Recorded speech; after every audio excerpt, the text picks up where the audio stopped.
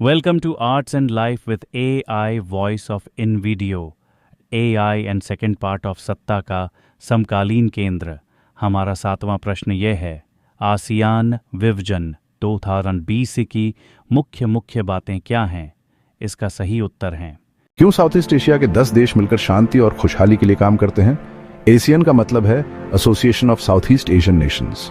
ये 10 देशों का एक ग्रुप है जो मिलकर मुश्किलों से निपटते हैं और सबकी जिंदगी बेहतर बनाते हैं। सोचो, एशियन एक बड़े परिवार की तरह है।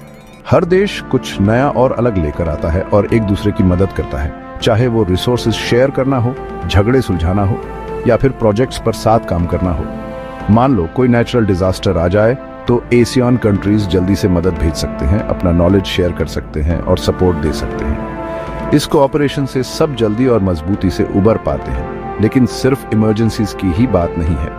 साथ मिलकर काम करके ये देश ट्रेड एग्रीमेंट्स भी बनाते हैं, एनवायरनमेंट की रक्षा करते हैं और कल्चरल एक्सचेंजेस को बढ़ावा देते हैं। तो अगली बार जब आप एशियन के बारे में सुने तो याद रखना, एकता और टीम वर्क सिर्फ खेलों में ही इंपॉर्टेंट नहीं होते, ये दुनिया में पीस और स्टेबिलिटी के लिए भी बहुत जरूरी है। देखते रहिए और समझिए कैसे कोऑपरेशन से दुनिया में कितना बड़ा बदलाव आ सकता है।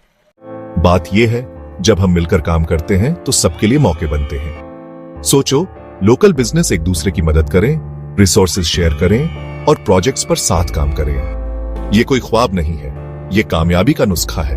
अपने मोहल्ले की किराने की दुकान को ही ले लो। जब वो लोकल फल सब्जियां खरीदते हैं तो वो सिर्फ ताजा सामान ही नहीं ले रहे होते, वो लोकल किसानों की मदद कर रहे होते हैं, जो बदले में दूसरे लोकल बिजनेस की मदद करते हैं। ये ग्रोथ का एक खूबसूरत चक्र है और ये सिर्फ बिजनेस की बात नहीं है।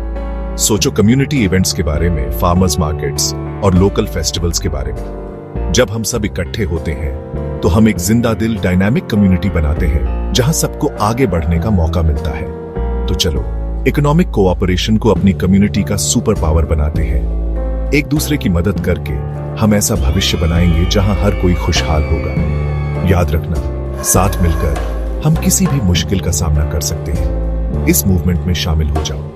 चलो एक खुशहाल, इकोनॉमिकली स्टेबल कम्युनिटी बनाएं, एक एक कदम करके। यार सुनो, तुमने खबर तो सुनी ही होगी। आसियान सिर्फ इकोनॉमिक्स और पॉलिटिक्स का मामला नहीं है, ये पीपल और कल्चर का भी है। आसियान मतलब association of south east Asian Nations. 10 देशों का एक ग्रुप है जो मिलकर एक बेहतर फ्यूचर के लिए काम कर रहे हैं। लेकिन ये सिर्फ ट्रेड और पॉलिटिक्स की बात नहीं है, ये कल्चरल एक्सचेंज की भी बात है। जरा सोचो, थाई खाना, इंडोनेशियाई डांस, फिलिपिनो फेस्टिवल्स, ये बस कुछ एग्जाम्पल्स हैं हमारे ट्रेजर्स के। जब हम कल्चर्स शेयर करते हैं तो हम सीखते हैं, ग्रो करते हैं और स्ट्रॉन्ग बॉन्ड्स बनाते हैं। स्टूडेंट्स एक दूसरे के देशों में जाते हैं, एक्सचेंज प्रोग्राम्स में पार्टिसिपेट करते हैं या ऑनलाइन स्टोरीज शेयर करते हैं। ये सब चीजें हमारी यूनिटी को और मजबूत बनाती हैं। ये हमें एक दूसरे को समझने और रिस्पेक्ट करने में मदद करती है। तो चलो अपने डिफरेंसेस सेलिब्रेट करते हैं और सिमिलैरिटीज को एम्ब्रेस करते हैं। मिलकर हम आसियान को एक वाइब्रेंट, कनेक्टेड कम्युनिटी बना सकते हैं। ये सिर्फ कोऑपरेशन की बात नहीं है, ये फ्रेंडशिप की बात है। कभी सोचा है एशियन इतना बड़ा ट्रेड और इन्वेस्टमेंट का पावर हाउस कैसे बना? चलो देखते हैं। ओपननेस और कोऑपरेशन, यही एशियन की सक्सेस का राज है। ये 10 साउथ ईस्ट एशियन कंट्रीज मिलकर एक डायनामिक इकोनॉमिक रीजन बना रहे हैं, जिससे बिजनेसेस के लिए ट्रेड, इन्वेस्ट और ग्रो करना आसान हो गया है। ओपननेस का मतलब है कम ट्रेड बैरियर्स और मार्केट्स तक ज्यादा एक्सेस। सोचो, कम टैरिफ्स और आसान रेगुलेशंस। बिजनेस एक्सपेंशन के लिए ये तो मानो हरी झंडी मिल गई। कोऑपरेशन मतलब सब मिलकर काम करना। इंफ्रास्ट्रक्चर से लेकर टेक्नोलॉजी तक एशियन कंट्रीज हर चीज में कोलैबोरेट करते हैं, जिससे इनोवेशन और ग्रोथ के लिए एक सपोर्टिव एनवायरनमेंट बनता है। बिजनेस प्रोफेशनल्स के लिए इसका मतलब है ढेर सारे अपॉर्चुनिटीज। सोचो, नए मार्केट्स, अलग अलग पार्टनरशिप्स और एक थ्राइविंग रीजन में कंपेटिटिव एज। तो चाहे आप अपना बिजनेस एक्सपैंड करना चाहते हो या नए वेंचर्स में इन्वेस्ट, एशियन के ओपननेस और कोऑपरेशन के प्रिंसिपल्स आपकी सक्सेस की कुंजी है। पोटेंशियल को अनलॉक करने के लिए तैयार हो जाइए। आसियान के बूमिंग मार्केट में टैप करने के और भी इंसाइट्स के लिए बने रहें। एक छोटे से काम की ताकत देखो और ये कैसे हमारी धरती को बचा सकता है। हमारा हर एक कदम मायने रखता है। प्लास्टिक कम इस्तेमाल करने से लेकर पेड़ लगाने तक हर काम एक साफ सुथरी अच्छी दुनिया बनाने में मदद करता है। सोचो, एक ऐसा कल जहां नदियां साफ बहती हों और हवा ताजा हो। ये कोई सपना नहीं है, ये एक सच्चाई है जो हम सब मिलकर बना सकते हैं। सतत विकास बस एक बड़ा शब्द नहीं है, ये हमारा रास्ता है कुदरती चीजों को बचाने का और आने वाली पीढ़ियों के लिए अच्छी जिंदगी बनाने का। छोटी छोटी कोशिशें जैसे रिसाइकल करना, पानी बचाना और नई ऊर्जा इस्तेमाल करना बहुत बड़ा असर डाल सकती हैं। हमारे साथ बदलाव लाने में जुड़ो, आज ही शुरुआत करो, क्योंकि हर बूंद, हर पत्ता और हर सांस कीमती है। आओ अपनी धरती को बचाएं और सबके लिए एक अच्छा हरा भरा कल बनाएं। ताकत तुम्हारे हाथों में है, पहला कदम अभी उठाओ। आतंकवाद की कोई सीमा नहीं होती, लेकिन हमारी लड़ाई की भी नहीं होनी चाहिए।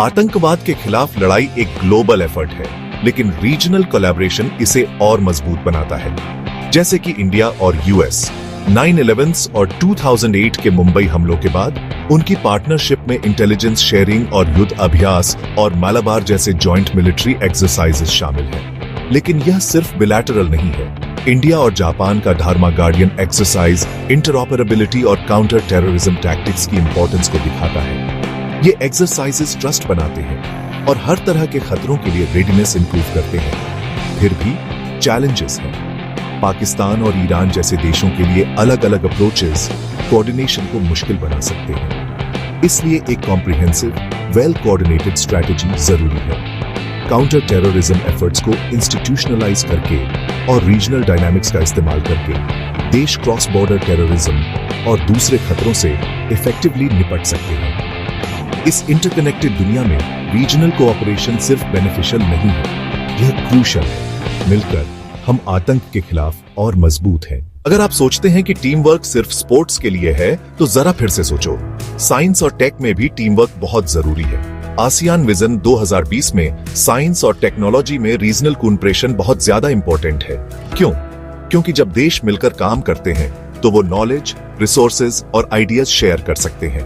इससे नई खोजें जल्दी होती हैं और कमाल की नई टेक्नोलॉजीज बनती हैं। इसको ऐसे समझो, अगर एक साइंटिस्ट के पास आइडिया है और दूसरे के पास टूल्स हैं, तो दोनों मिलकर कुछ कमाल का बना सकते हैं। मिलकर काम करके आसियान कंट्रीज बड़ी बड़ी मुश्किलों से निपट सकते हैं, जैसे क्लाइमेट चेंज, हेल्थ इश्यूज और यहाँ तक कि स्पेस एक्सप्लोरेशन भी।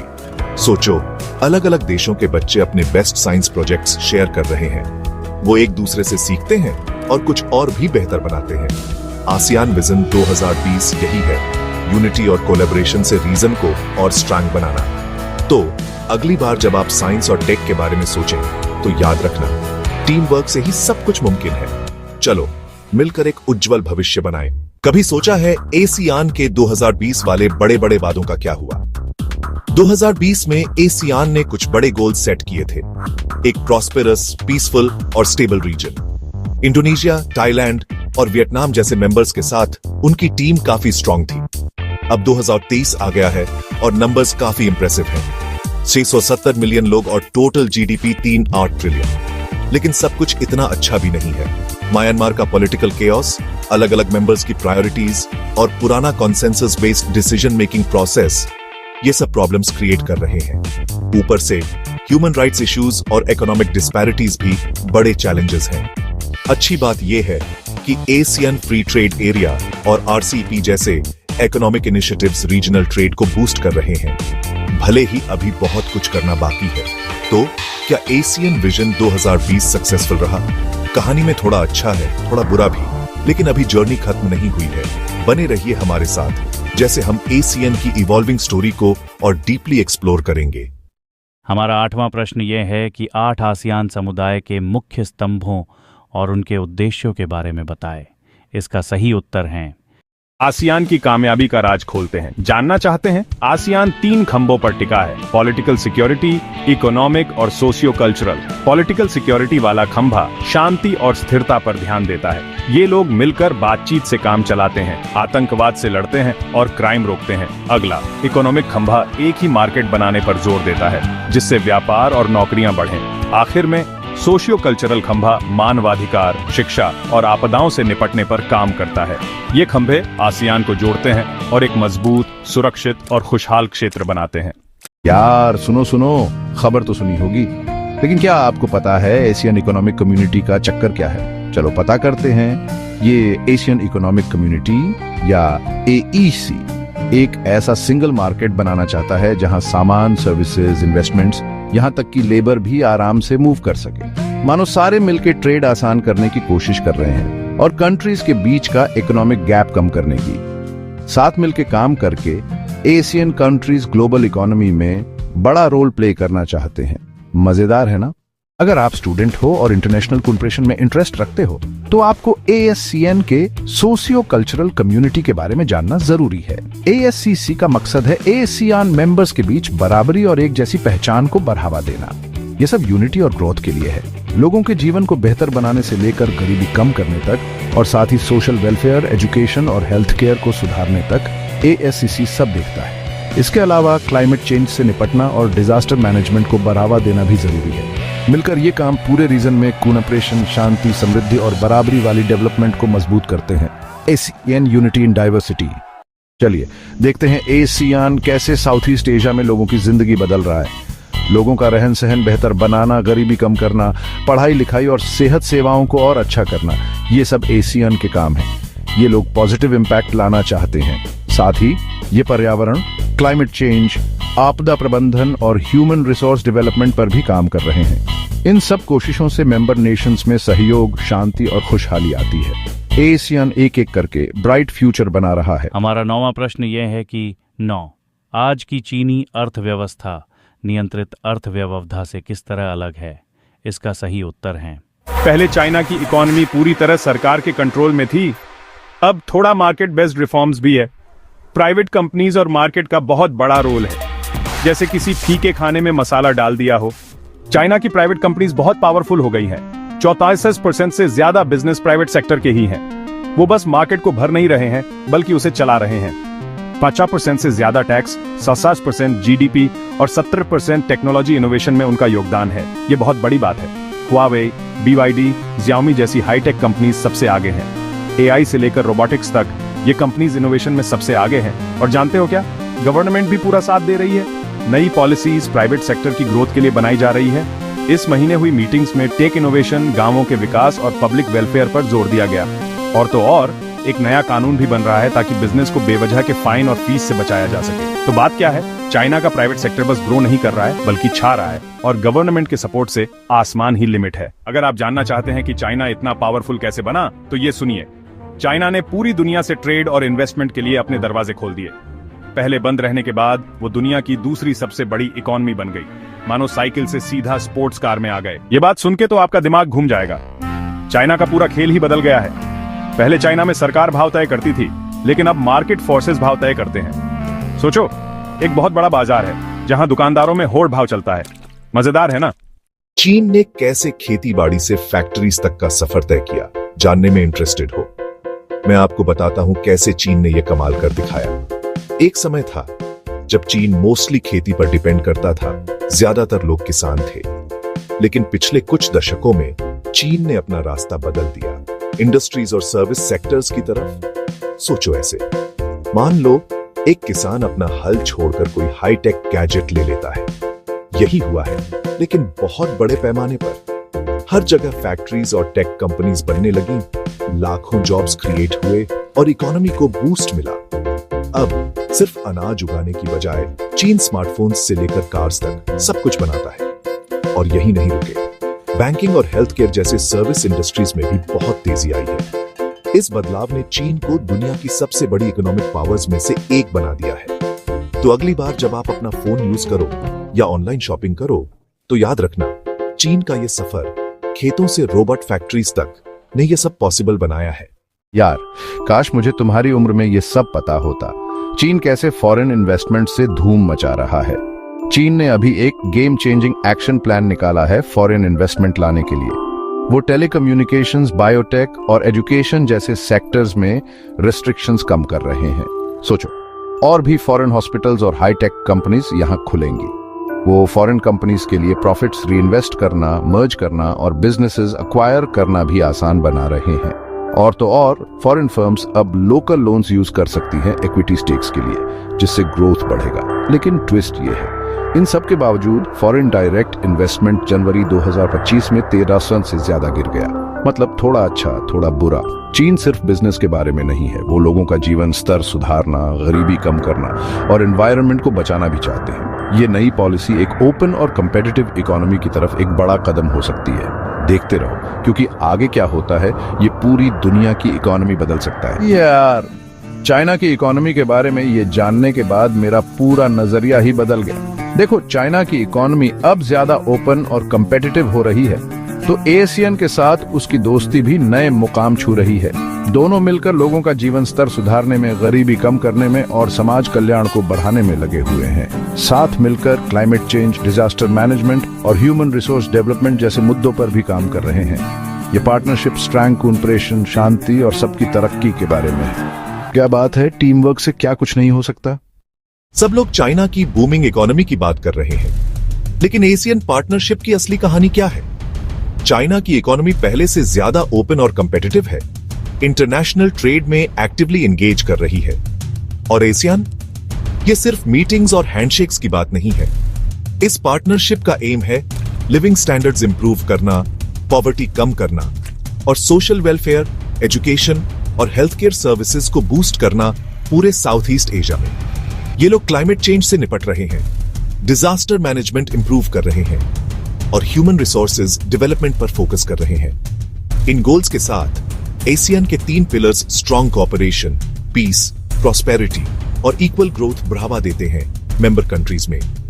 तो अगली बार जब आप चाइना और एशियन के बारे में सुने, हेडलाइन से आगे सोचो, प्रोग्रेस और पार्टनरशिप के बारे में सोचो। हमारा 10वां प्रश्न ये है कि किस तरह यूरोपीय देशों ने युद्ध के बाद की अपनी परेशानियां सुलझाई। संक्षेप में उन कदमों की चर्चा करें जिनसे होते हुए यूरोपीय संघ की स्थापना हुई। इसका सही उत्तर है मार्शल प्लान ने यूरोप को कैसे बदल डाला। सेकेंड वर्ल्ड वॉर के बाद यूरोप पूरी तरह बर्बाद हो गया था, पैसे से, समाज से और राजनीति से। फिर आया 1948 में मार्शल प्लान। ये बहुत बड़ा गेम चेंजर था। अमेरिका ने युद्ध से तबाह हुए यूरोप को बहुत सारा पैसा दिया। नतीजा, यूरोप की अर्थव्यवस्था फिर से स्थिर हो गई और इंडस्ट्रीज फिर से चलने लगी। इस प्लान ने सिर्फ यूरोप में पैसा ही नहीं डाला, इसने आशा और एकता की फिर से नींव रखी। कुछ साल आगे बढ़ो और इन कोशिशों ने उस चीज की नींव रखी जिसे आज हम यूरोपियन यूनियन के नाम से जानते हैं। तो अगली बार जब आप युद्ध के बाद के समय के बारे में सोचें तो मार्शल प्लान याद रखना, एक मजबूत एकजुट यूरोप के लिए अमेरिका का ब्लूप्रिंट। काफी अच्छा है ना। यूरोपियन यूनिटी कैसे शुरू हुआ? कोयले और स्टील से? तो ये वीडियो आपके लिए है। 1907 में जर्मनी और फ्रांस ने डिसाइड किया कि वो अपना कोल और स्टील प्रोडक्शन शेयर करेंगे ताकि मिलिट्री रिसोर्सेज कंट्रोल में रहें और आगे कोई वॉर ना हो। इटली, बेल्जियम, नेदरलैंड्स और लक्समबर्ग भी ज्वाइन कर लिए और यूरोप में पीस का नया दौर शुरू हो गया। इसलिए आपको 1952 के रोम संधि के बारे में जानना जरूरी है। इसने सब कुछ बदल दिया। 1957 के रोम संधि ने यूरोपियन इकोनॉमिक कम्युनिटी और यूरोटोम बनाया। इसका मकसद था यूरोपियन देशों के बीच व्यापार और आर्थिक सहयोग बढ़ाना। यह संधि आज के यूरोपियन यूनियन के लिए एक बहुत बड़ा कदम था, बिल्कुल गेम चेंजर। 1960 और 70 के दशक में यूरोप के देशों ने सोचा कि क्यों ना मिलकर बिजनेस करें। वो चाहते थे कि व्यापार करना आसान हो जाए और उनकी अर्थव्यवस्था तेजी से बढ़े। तो उन्होंने एक ऐसा बाजार बनाने की कोशिश की जहां सामान, सेवाएं, पैसा और लोग आजादी से आ जा सकें। इस दोस्ती से एक कमाल की चीज बनी आज का यूरोपियन यूनियन। एक साथ आकर उन्होंने यूरोप को और मजबूत और जुड़ा हुआ बना दिया। क्या ये एक स्मार्ट मूव नहीं था? बना। दूसरे विश्व युद्ध के बाद यूरोपियन देश शांति और समृद्धि चाहते थे। 60 और 70 के दशक में उन्होंने अपनी इकोनॉमी को और मजबूत किया, एक सिंगल मार्केट बनाया। सामान, सर्विसेज, पैसा और वर्कर्स सब आजादी से मूव कर सकते थे। फिर 1992 में मास्ट्रिच्ट ट्रीटी आई जिसने ऑफिशियली यूरोपियन यूनियन बना। अब सिर्फ इकोनॉमी की बात नहीं थी, पॉलिटिक्स और सोशल यूनिटी भी शामिल हो गई और बस आज का ईयू बन गया इकोनॉमी, पॉलिटिक्स और सोशल स्ट्रेंथ का पावर हाउस। कहा जाता है खेल अभी बाकी है मेरे दोस्त, बने रहिएगा क्योंकि तीसरे भाग में हम 11वें प्रश्न से शुरुआत करेंगे और देखेंगे कि आगे कौन से रोमांचक सवाल हमारा इंतजार कर रहे हैं। अरे दोस्तों सुनो, आज हम बात करेंगे ट्रेजर एनएफटीज के बारे में। ये है ट्रेजर एनएफटी, जहां आप सेलिब्रिटीज की फोटोज को NFT के रूप में खरीद सकते हो। बस फोटो पर टच करो और बस खरीद हो गई। फिर AI आता है और आपसे उसे वापस खरीद लेता है और आपको मुनाफा देता है। सोचो, RS 10,000 लगाओ और RS 30,000, RS 40,000 वापस पाओ। कमाल है ना? लेकिन ध्यान रहे, पूरी जानकारी लेना जरूरी है। ज्यादा जानकारी के लिए हमें 90 या 90 पर फोन करो। Happy investing. कुछ एक्स्ट्रा पैसे कमाने का तरीका ढूंढ रहे हो तो राइड BNB आपके लिए कमाल का है। राइड BNB एक ऐसा नया प्लेटफॉर्म है जहां आप डिजिटल प्लॉट्स खरीद सकते हो और क्रिप्टो करेंसी, खासकर BNB में डॉलर्स कमा सकते हो। ये कैसे काम करता है? आप राइड BNB पे डिजिटल प्लॉट्स खरीदते हो। जितने ज्यादा प्लॉट्स आपके पास, उतनी ज्यादा कमाई।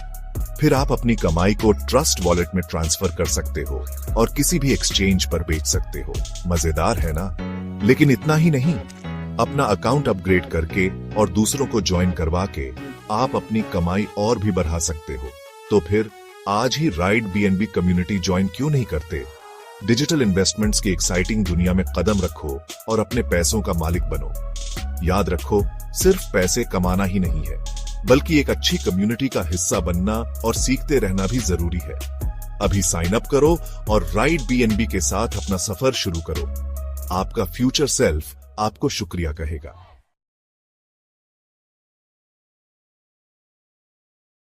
9 से 5 वाली नौकरी से थक गए क्या? घर बैठे फोन से पैसे कमाओ। ये रहा तरीका। मिलिए invideo.ai से डिजिटल क्रिएशन और YouTube ग्रोथ के लिए कमाल का चीज। प्रोफेशनल क्वालिटी के वीडियो बनाना इतना आसान कभी नहीं था दोस्तों। चाहे आप नए यूट्यूबर हो या छोटे बिजनेस वाले, invideo.ai आपके लिए सबसे बढ़िया है। ये इतना कमाल क्यों है? इसे इतना यूजर फ्रेंडली बनाया गया है कि अगर आपको टेक का बिल्कुल भी ज्ञान नहीं है, तब भी आप इसे इस्तेमाल कर सकते हैं। ढेर सारे टेम्पलेट, स्टॉक फुटेज और म्यूजिक के साथ आप झटपट शानदार वीडियो बना सकते हैं। और सुनो क्या, invideo.ai इंडियन मार्केट के हिसाब से बनाया गया है, यानी इसमें आपको लैंग्वेज सपोर्ट, इंडियन कल्चर वाले टेम्पलेट और किफायती दाम मिलेंगे। ये आपको अपनी कहानी बताने की ताकत देता है। तो अब क्या, नीचे दिए गए लिंक पर क्लिक करके invideo.ai को फ्री में ट्राई करें और आज ही वीडियो बनाना शुरू करें। यकीन मानिए, ये कमाल का चीज है। अगर वीडियो अच्छा लगा तो लाइक करें और भी टिप्स के लिए सब्सक्राइब करें और अपने दोस्तों के साथ शेयर करें। चलो साथ मिलकर आगे बढ़ते हैं। जय हिंद।